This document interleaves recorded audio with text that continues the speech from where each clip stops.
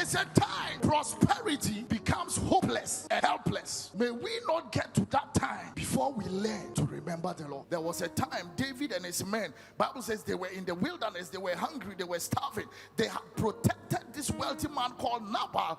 They had saved his laborers and protected his herds. But when they came back to him for help, Nabal decided that he was not going to help these people. He started accusing them of being slaves who had escaped from their master.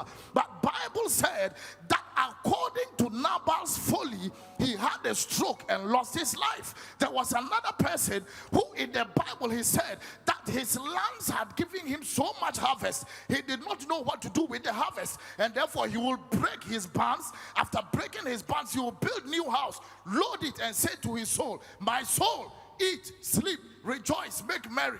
And the Lord said, this night I require your soul out of your hand, and we will see that the things that you have preserved, to whom shall it be to? The things we are keeping on this earth, there is a day coming we cannot enjoy those things. They will be pushed to another person. There is a day coming, those things cannot save us. Maybe you have heard that money answereth all things. Let me just caution us that money answers all things that money can answer. There is a time coming that money has no answer to the problems of life. There is a time coming you will have the money, not you, but somebody will have the money, and that money cannot bring answer to the problem.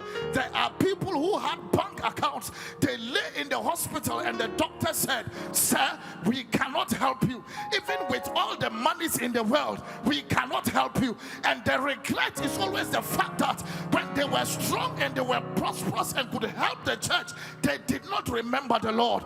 May I bring us a caution that there is a time coming, and that time is called the evil day. When that time shall come, the only thing that will sustain us is our remembrance of the Lord. The only thing that will sustain us is our connection with the Lord. Our money will fail, our substance will fail, our connections will fail, whatever we have, it will fail, because when the Lord does not step in, there is no way any man can step in to solve that situation. May we be a people who remember the Lord with our prosperity.